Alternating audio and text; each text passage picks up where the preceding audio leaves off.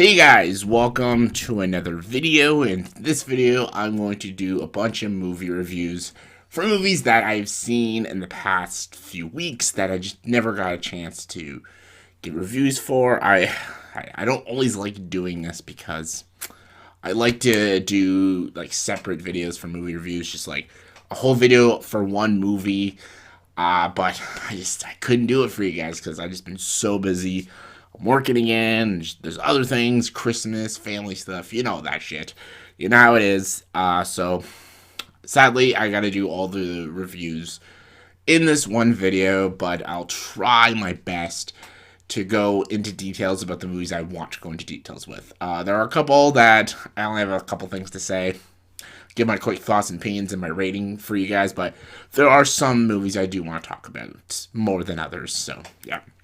So you're going to get reviews for West Side Story, Nightmare Alley, Cyrano, The Tragedy of Macbeth, and The Power of the Dog.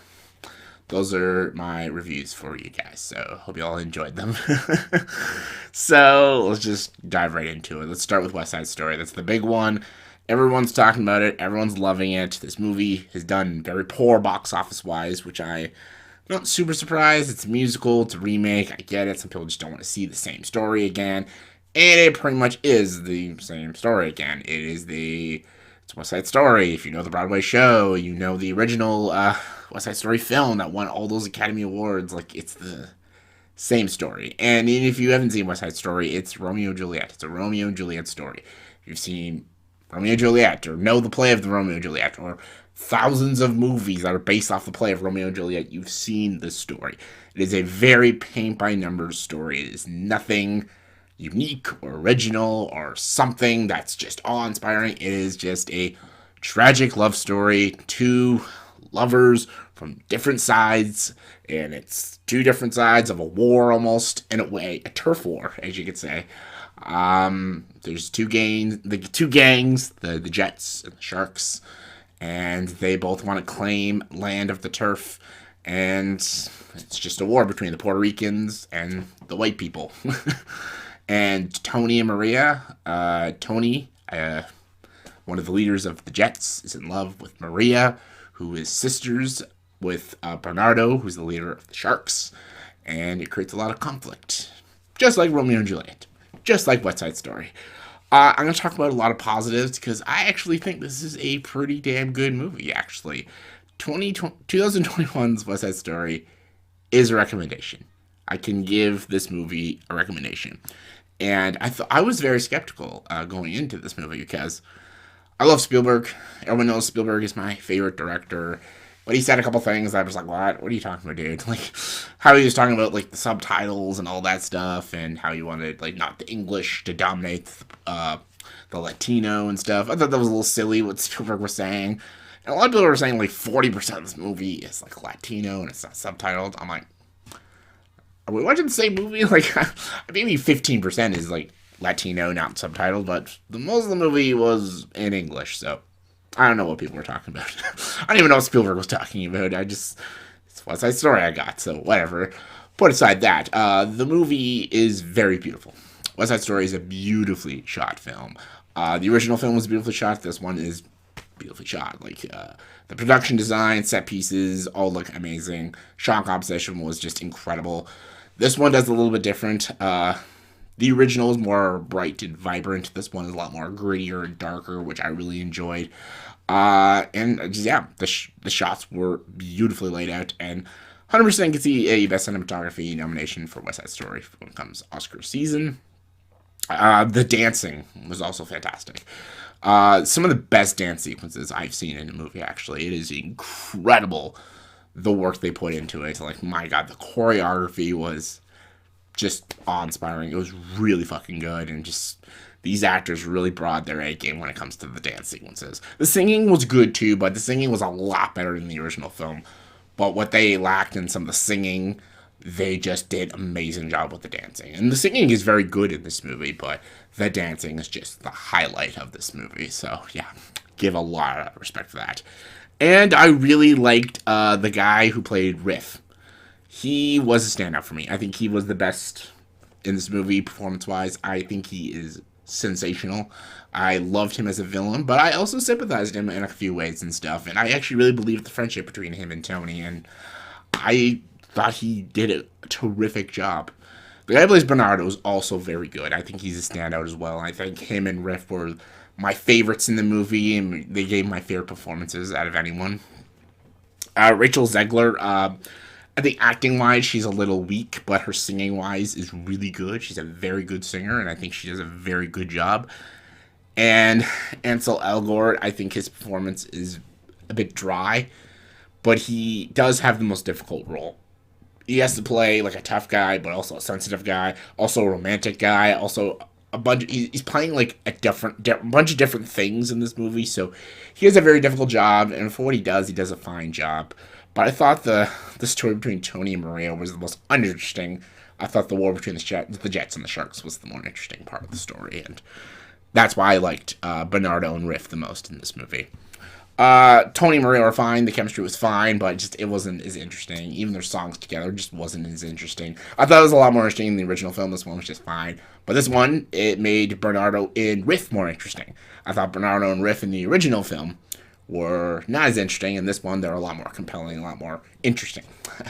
So I always think like this one is almost in like the same ballpark as the original film, because everything this movie does better. The original also does something better. Like the original had better songs, it had better main characters, it had its own like style into it and everything. But this one has better dancing, has better supporting characters, it has better side stories and stuff. Like everything this one does, the original does something different, and just I don't know. Like I can feel like you can enjoy both films. And I thought this movie would be just like a shot-for-shot remake, and it really isn't that. It's a remake with its own unique style. I don't think this movie was necessary, but I'm still glad I watched it, and I still think it is a fun, enjoyable film. And if you're a fan of the musicals, and if you're a fan of West Side Story, I definitely say check it out. I am glad I watched it. I had a good time with it. There are flaws with the movie, and it's not a movie I probably put on all the time, because West Side Story is not even a movie I put on all the time, but I'd still say it's like almost in the same ballpark as the original film, so check out West Side Story. On a scale of 1 to 10, I'm going to give West Side Story an 8.5 out of 10. Check it out. Next is Nightmare Alley. Ooh, Guillermo del Toro's Nightmare Alley. A very interesting film based off a book I never read, based off a movie with Tyrone Power, which I've never seen. Great cast: Bradley Cooper, Toni Collette. I'm blanking on others. There's big star. Willem Dafoe, probably my favorite performance in the movie. Really great spooky mystery thriller. This movie relies heavily on production, shot composition, and straight atmosphere, and it does all of that very well. I loved Bradley Cooper and Willem Dafoe. They were definitely my favorite standouts in the whole film. Just how gorgeous this movie looks. Just Guillermo del Toro, all his movies just look incredible. Just absolutely stunning. And the production, the cinematography, and just the look, visuals, just incredible. The atmosphere is so grim, it's so great. The score for this movie better get a nomination. It's an incredible score. And just, yeah, I was very intrigued at just how weird and twisted and just creepy this movie was. I wanted to know where it was going. I wanted to know where the story was going. Where it ends up is a little underwhelming, I'll fully admit, but the journey getting there was really good and stuff. There are slow moments. There are a lot of scenes that I just would have completely taken out of the movie. But I'm still glad I watched Nightmare Alley. It's definitely a good Guillermo del Toro movie. It is not in the same league as like a Pan's Labyrinth or even Crimson Peak. I think Crimson Peak is the most savagely underrated Guillermo del Toro movie. A lot of people don't like that movie, but I love that movie. This one is still good. I'm glad I saw it. I just wish I had a better payoff, and I just wish there were a lot of scenes taken out of the movie. Still good performances, beautiful designs, great atmosphere, great music. Nightmare Alley is a 7 out of 10 for me. Check it out when it comes out. Next is The Tragedy of Macbeth. You got Denzel Washington, Frances McDormand, Corey Hawkins, and Brendan Gleeson in this movie. And this movie is directed by Joel Coen, a Coen brother, not the Coen brothers, a Coen brother.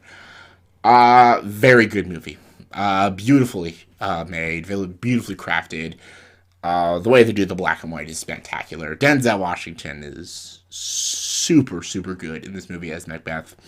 A very captivating yet menacing, psychologically disturbed character, and Denzel does a very good job. I was very eerie about Denzel Washington playing Macbeth because I always thought he would be more of like a Macduff character or a Malcolm or even a Duncan or something. But Macbeth is a very twisted, very selfish, arrogant character. And I know he can play villains because I love him as Alonzo in Training Day. I didn't know if he can play this sort of sympathetic but also just disturbed character. And Denzel does a great job in the movie. I think he's a huge standout. Denzel never disappoints when he gives a performance, and he's fantastic in this film. Frances McDormand is great also as Lady Macbeth, and I loved Brendan Gleeson as well as Duncan. I think some of the weaker things in this movie was Corey Hawkins. I like Corey Hawkins, but I think his Macduff was a little Just didn't buy him as Macduff. I love the story, and I like to see the characters done perfectly. And for the most part, they do pretty well. Like, Malcolm is done well. Lady Macbeth, the witches, Duncan, and of course, like, Macbeth and Lady Macbeth are done really well. But I just wish Macduff was maybe casted differently. Corey Hawkins is a good actor. I don't think he's the right choice for Macduff. The movie is good. It's not as, like, epic as, like, the Orson Welles Macbeth, which I still think is the best. Even the Polanski one is a lot more, like, bigger and grander, but this movie is still very solid. I still really enjoy it. I always like watching the Macbeth story. I think this is a much better film than the Michael Fassbender movie. I thought the Fassbender movie was very underwhelming, and it chose more of like a medieval approach. This one was more felt very Shakespearean and very noir, and I really enjoyed that. So I thought this movie was spectacular, and I thought the performances were just really good, and just the grim atmosphere of it and the filmmaking is great. I'm going to give The Tragedy of Macbeth a 9 out of 10. Definitely check it out. Not as good as the Orson Welles one, but still a solid flick. Alright, let's talk about The Power of the Dog with Benedict Cumberbatch and Kirsten Dunst and Jesse Plemons. Here we go. Let's talk about this. For me, I do not understand the critical love for Power of the Dog. I understood it for West Side Story, I understood it for The Tragedy of Macbeth, but I do not understand this movie. I could not stand this movie. I thought it was overhyped, overly long, super boring, very preachy, and I hate this message of like toxic masculinity during the time periods and the phobias and stuff, and the bigot character of the lead character, and just, I understood everything this movie was saying, and the movie just beats you over the head with its message. It beats you over the head with its story, and it's like, oh my god, it's very in your face with its message, and like, I understand what you're doing. I get it, these are issues, but my god, could you actually make an interesting story with captivating characters instead of showing this fucking message I've seen a million times in movies? Just, Benedict Cumberbatch is like, he's a very good actor. I just don't think he is great. Like, everyone's like talking about his performance is so good, and just, he's haunting in this role, and I'm like, I don't fucking see it, man. I don't see it. I didn't like a lot of things. I thought Jesse Plemons was probably the standout. I thought he was pretty good in the movie.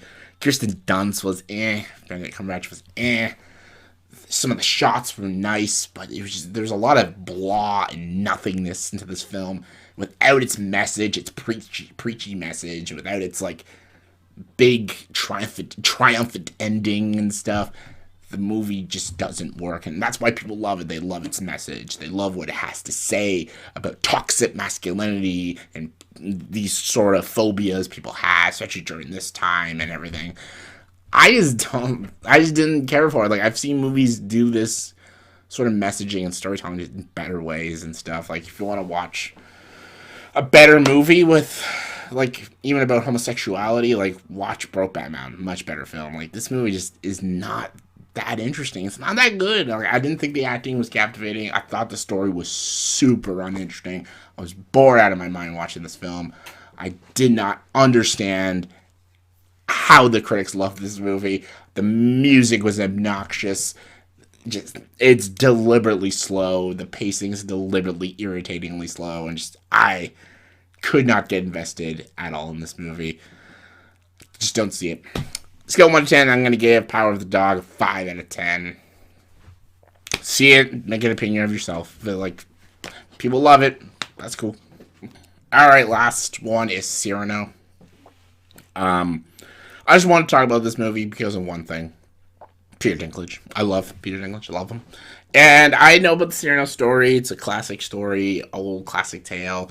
Basically, the story of the ugly friend. the third wheel about a person who's in love but needs like a wingman, an uglier, just, not attractive or appealing person to help him get the girl. And Cyrano tells the person what to say, how to act, and be romantic and stuff. And Cyrano's always left without the girl.